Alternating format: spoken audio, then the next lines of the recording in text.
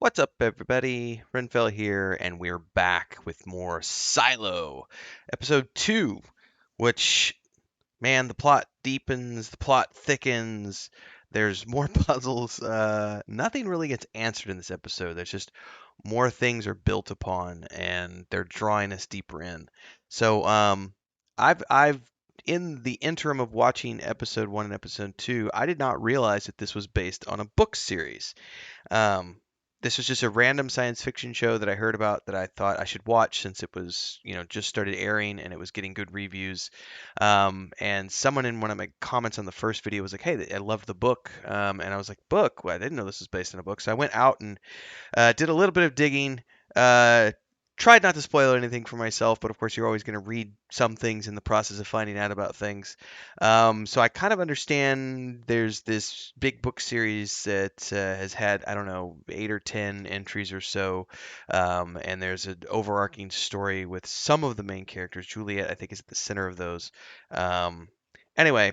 Um, Knowing that now, I'm actually a little more intrigued about the overall mythology behind this series because I didn't know that it was actually based in a book. So I'm wondering now how much of the books they put together into this show.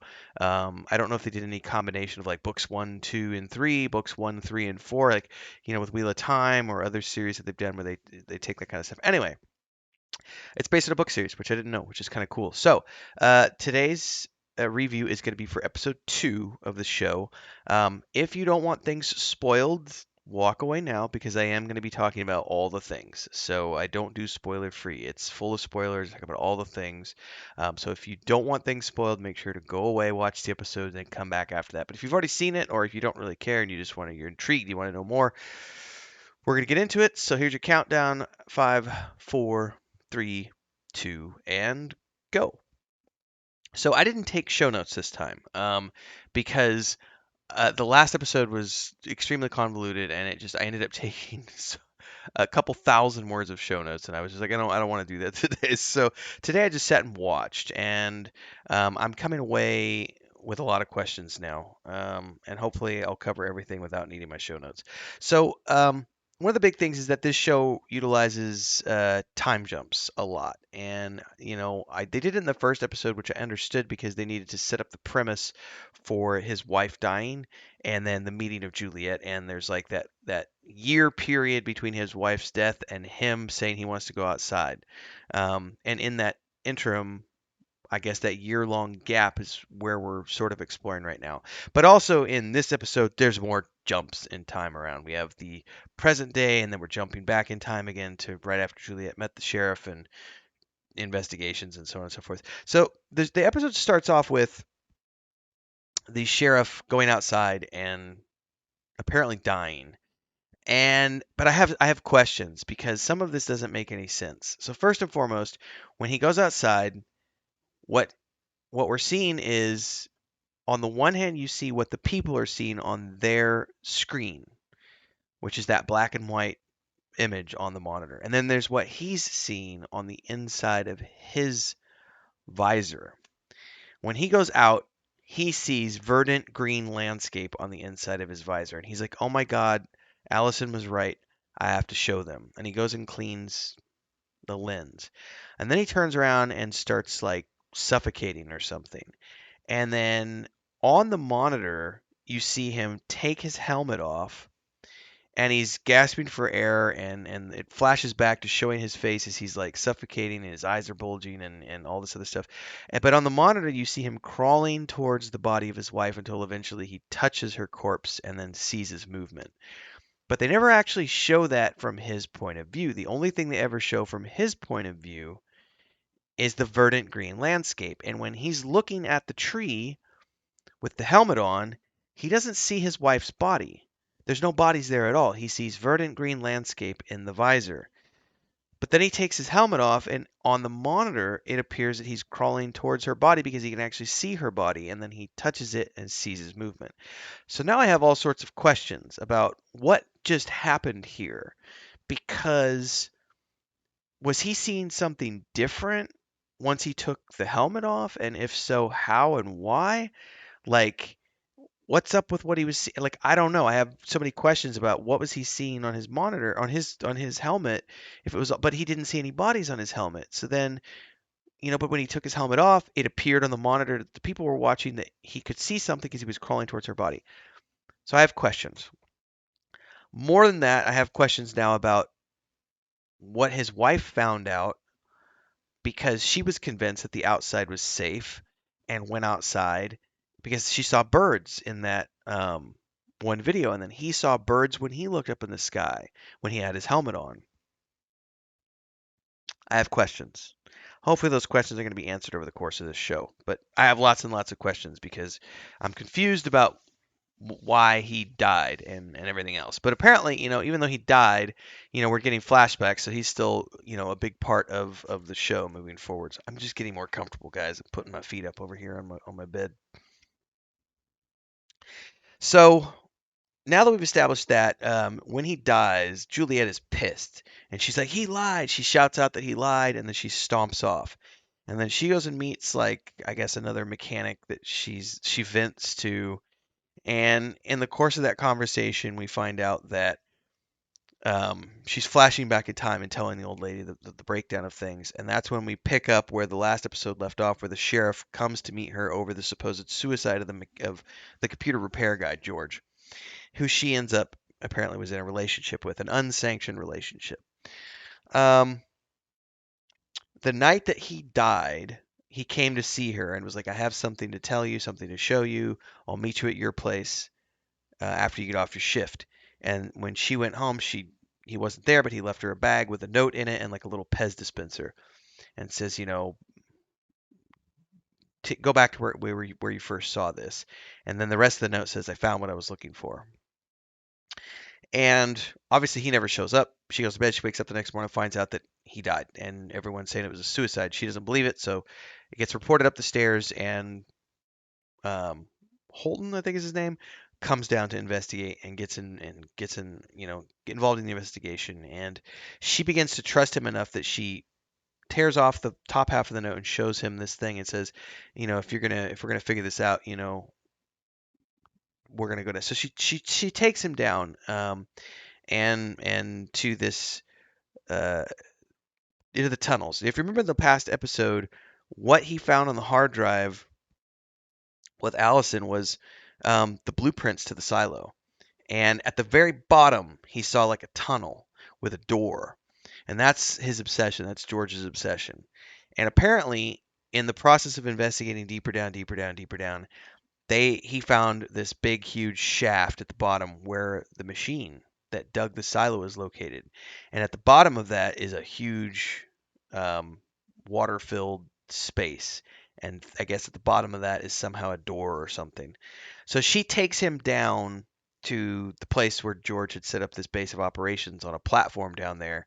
And in the process of this, shows the sheriff this box of things, which includes the hard drive, um, and also um, a camcorder, which neither one of them knows how to use, interestingly enough.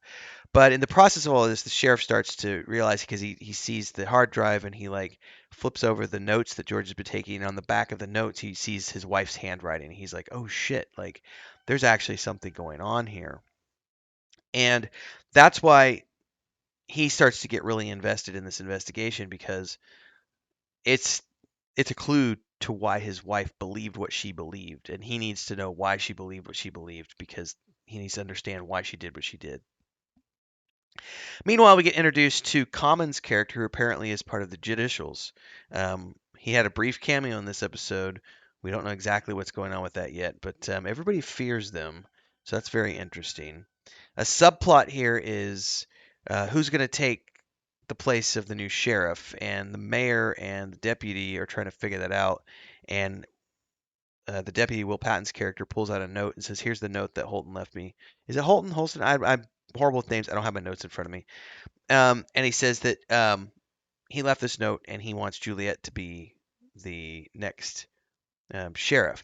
Now, I can only assume that the reason he wants Juliet to become the sheriff is because he wants her to continue digging into the thing, this mystery to unsolve.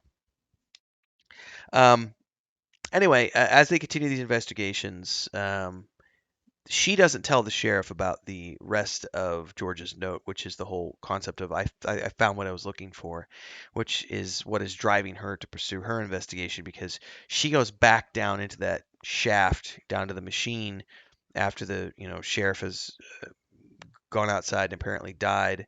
And hey everyone, Renfail here with the commercial part of the video where I say, hey, if you like this, don't forget to like, subscribe, and hit that bell icon so you never miss an update. And thanks to all of our supporters are here on YouTube and over on Patreon, our highest members, our guild champions, Crazy's Relative, Remy D here on YouTube. And don't forget if you want to support, it's really easy. You can do the memberships below, the Adventurers Guild, 3 different tiers. There's also the super thanks on any uploaded video or YouTube short that you find. There's also, of course, the super chats and stickers that you could do on any live stream or premiere, and the Patreon page if you want to dive into the fantasy world that I have with my brother and my wife, which is a tabletop game, a point-and-click adventure game, and a fantasy book series. All are great ways to keep this channel going and me going full-time. Thanks again for those of you who support. Let's get back to the video that you're watching now. She crawls down this rope and goes to the edge of the water, and her light falls in, and that's when it fades to black because I guess she's terrified of the water because she doesn't know how to swim. Nobody knows how to swim, I guess, because it's just not part of their life. They're living in the silo. But there's so many subplots going on now and so many stories that I'm just like my mind is kind of spinning because it's like, okay, so what's going on with the outside and the poison? Is it poison? Is it red and green? Why did it show green? Why did he die? How did he not see? What's going on with the lack of bodies on his visor? What's going on with all that? We still don't know anything more about why the rebellion happened. What came before the rebellion? How many generations have been living in this silo? We know they've been there for at least 140 years, but for how many years before that had they been living here? Um, when they start talking about the big machine that they found that dug the silos, she talks about how it had to have been here at least 100 years before it was ever discovered, and it's been stripped clean for parts since then. So, does that mean 100 years before the 140 years, or I don't know.